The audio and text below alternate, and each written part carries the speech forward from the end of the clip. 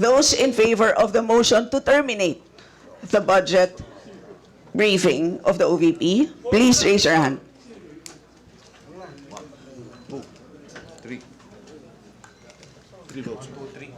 All those against. Those who are not in favor of terminating, raise your hand. For non-tradition. What is your point of order, and please explain the rule that is violated? The rule violated, Madam Chair, is our tradition. You just upheld that the tradition will be respected. I've already resolved that issue. And so, if questions will still be asked, then the tradition that we have kept so well, that you have said that we're not about to discard right now, will be disrespected again. Nagtayo po ng sariling burokrasya ang ating opisina ng Vice Presidente. Pero tinimbang, ngunit kulang ng Commission on Audit. Having said that, Madam Chair, I move that we defer the deliberation. I move that we defer the termination of the deliberation of the proposed budget of the Office of the Vice President, subject to conditions either, number one, reduce the proposed budget of the Office of the Vice President, and number two, place the certain funds on hold until further discussions are held. I so move, Madam Chair. There's a motion. Do I hear a second? Second. Right, so duly seconded. Hearing no objection, the motion is carried. Ngayon po, kung ano-ano ng mga tanong ang ginawa, in 2023, 22 minutes. 2022, 13 minutes. Ito po, pinagawa yan na po yung budget earlier at ngayon we're about to quarrel again on the budget. Ang tanong ko nga po ngayon, dahil nga po sa nangyayari ngayon sa budget ng Office of the Vice President, and despite her manifestation that she will no longer defend her budget because she forgoed, sabi niya, I will forgo my opportunity to defend the budget of the OBP for 2025 by way of question and answer, and I will leave to the House of Representatives to decide such proposal as presented. We cannot even accept such kind of answer, Madam Chair. What do we need her to articulate for? So ang pinag-uusapan po natin, wala na po ba yung respeto sa tradisyon na yun? Kagaya po ng binabanggit ko, every time mag-interpellate po dito, Madam Chair, because of that tradition, it's always the member of the minority who will start the interpellation because we have kept that tradition. Ang dami po. Ang dami ko pang sasabihin sa inyo, haba lang tayo. So the question is, when we did that to the Vice President earlier, now we're doing it now, are we now setting aside this tradition? That's number one question. Number two, is this committee authorized to set aside the tradition? Your Honor, short answer is no to both questions. Okay. If that is the answer, Madam Chair, and we are all bound to respect one tradition so sacred in our hearts, because we are called honorables in this house. We cannot be honorables if we cannot honor our own tradition. We are defined by what we believe as a tradition in this house. So if we are now all amenable that we have kept that tradition, no longer questions are being asked, then I will respectfully move, Madam Chair, to move to terminate the budget of the OBP for 2025. I object, Madam Thank Chair. you. I object. Madam Chair, I There's a object. motion to terminate the budget briefing of the OVP, but there is an objection, so we divide the House. The chair has decided to divide the House. So those Madam Chair, in favor as of the motion, a rule, we usually deliberate Those- before we vote. those in favor We of the motion, please raise your hand. Those in favor of the motion to terminate the budget briefing of the OVP, please raise your hand.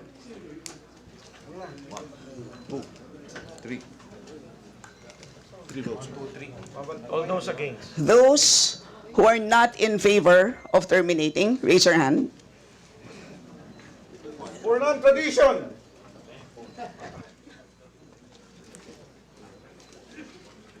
Okay.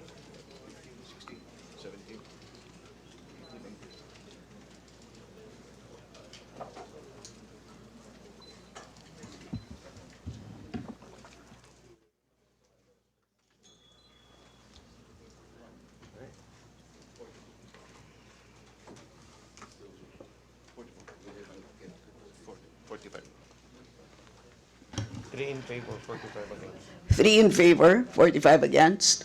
Motion is The motion lost. is Lost. lost. Madam Chair, I thought we have kept the tradition. The tradition is no longer ask any question. That was the tradition. So why are you voting against the motion? Next. The majority of the It- will it's- is it's- always respect. It's The will of the inconsistent majority with the is always tradition that respected. we have already agreed to observe. So, we will Yes, Madam proceed Chair. to the next. You mentioned earlier that we will keep up the tradition. You said no. Earlier, For no, orderly we voted proceedings, I against. remind the members to please wait to be recognized before speaking. So, the chair now recognizes the Madam budget Chair. sponsor, the Honorable Zia Adyong, to give a recap of what transpired in the last hearing. Madam Chair, Thank you, Madam Chair. before Madam Chair. we proceed with Vice Chair Adjong, can I Yes, explain my um, vote, Madam Chair? Paduano? Can I explain my vote? Why I voted against the motion of the Honorable Marcoleta? Just a short lang. You have 1 minute. Thank you po. Madam Chair, tama po. During the previous hearing, wala pong nag-move to terminate the budget. That's number 1 po of the OBP. Number 2 po, the demand or the answers being given by the Vice President during the time, personally, it does not satisfy this representation. Thirdly, Madam Chair, the courtesy being given to the Office of the Vice President is afforded if she is present in the day's hearing. How can you give that courtesy when Faki is absent in the day's hearing, Madam Chair? I might change my vote for that, but Was the President of the are Philippines you present? recognized, Please. Congressman? Please I am wait about to to be be recognized, recognized. Madam Chair. Please wait to be recognized. Please proceed, Kong Paduano. You You're have not 30 yet seconds. recognized, Marcoleta. Madam Chair, maybe I will change my vote if the for the motion Marcoleta if the Vice President is present in today's hearing. But he's absent. How can I personally vote for that? Because he's not present in today's hearing, Madam Chair, and that courtesy should be given to those head of office that should be present during the budget deliberation, Madam Chairman. Thank you.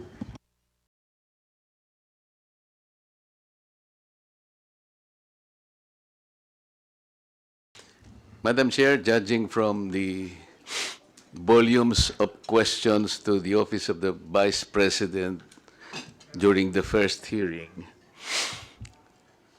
I presume, Madam Chair, that considering that those questions originated from the 2022 budget, am I correct to presume, Madam Chair, that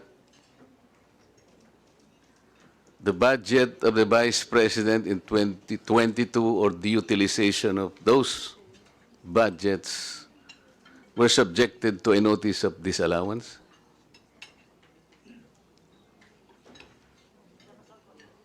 COA? Come again, sir.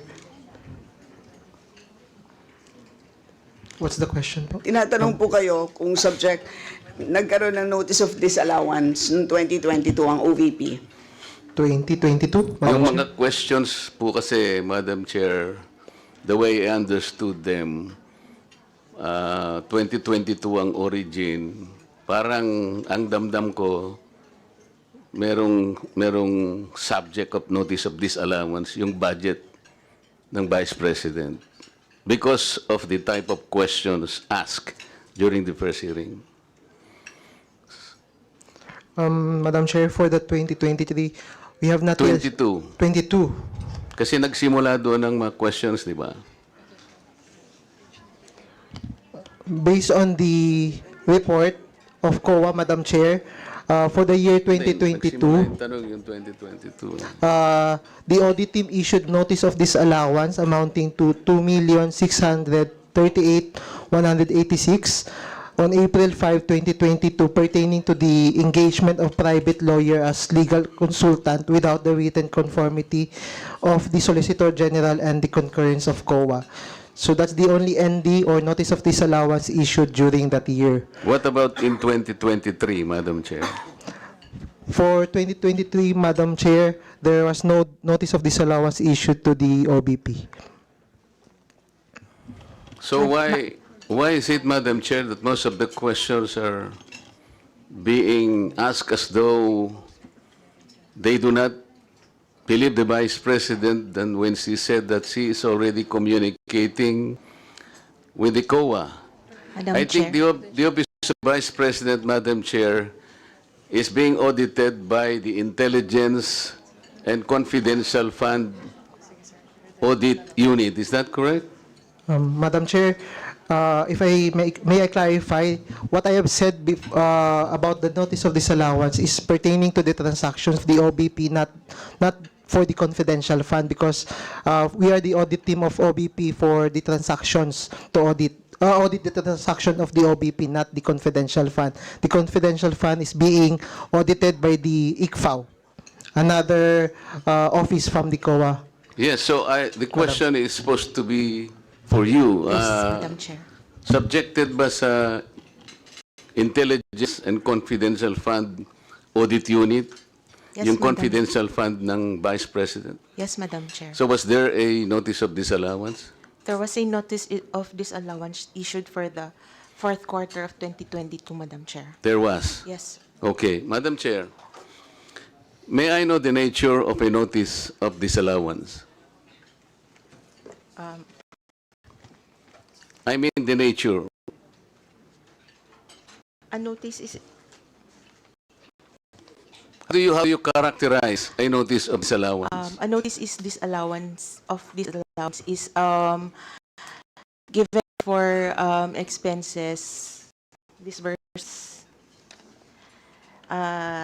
with it is a notification to the head of agency and or accountant informing and requiring the persons liable to restitute the amount of the disallowance that is a confidential expense disapproved or disallowed in audit, either in whole or in part, as a result of illegal, irregular, or improper disbursement or expenditure of such fund. Your You Honor. call it IUEEU. Is that correct? Yes, yes, I, Madam Chair. irregular. U is Unnecessary. Unnecessary. Madam Chair. E, Extravagant, Madam Chair. another E. Excessive po. And U. Unnecessary. Your Una yung unnecessary, unconscionable. unconscionable po. Okay, so you initially determined when you issued a notice of disallowance to the Office of the Vice President that somehow merong lumabas dun sa IUEEU. Is that correct? Yes po, Madam Chair. So how do you characterize a notice of disallowance? May I be clarified po on the question, Madam Chair? I do not know how to simplify. How do you characterize? What is a notice of disallowance? It is a notice po to the head of agency. Okay. Is a notice of disallowance contestable? Yes, Madam Chair. It is not a final It is not the final action judgment. of COA. Opo. It is appealable. Yes, Madam Chair. Okay. What is now the stage of the notice of disallowance issued to the Office of the Vice President? Madam Chair, we have issued the notice of disallowance, and it was received by management on August 9, 2024. So they still have 6 months po or 180 days Correct. to appeal po the And disallowance. they are supposed to reply yet.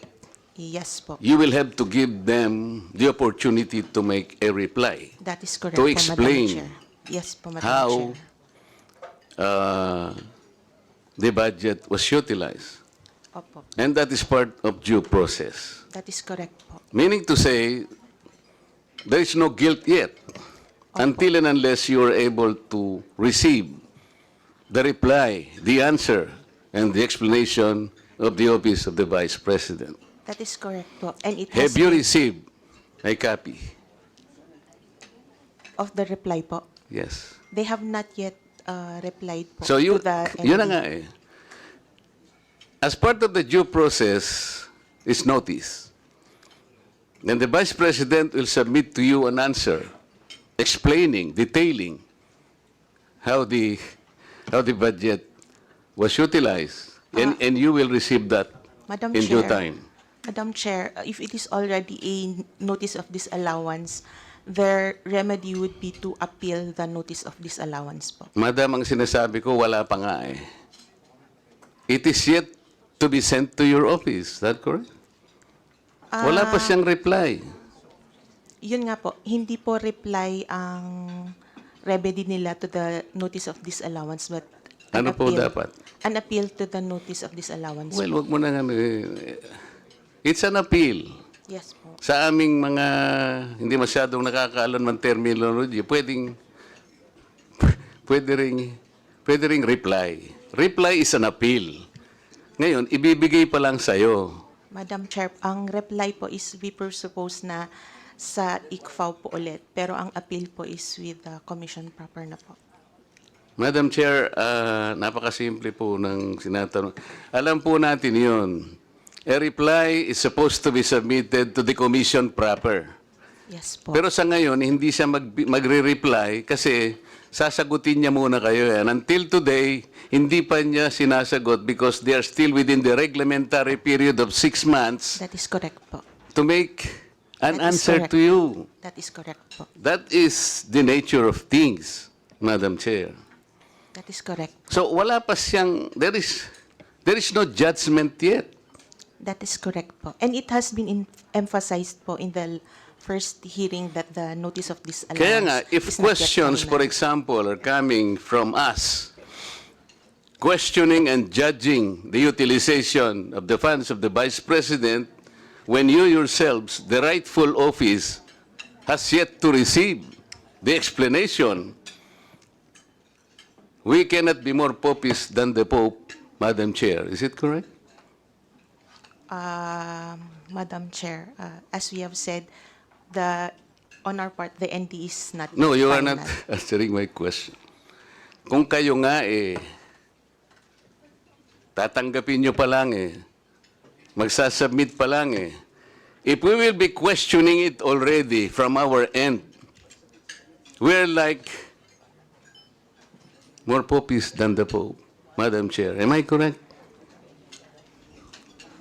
I cannot, Ikaw naman, ba't naman hindi mo masasagot naman yan, napakasimple.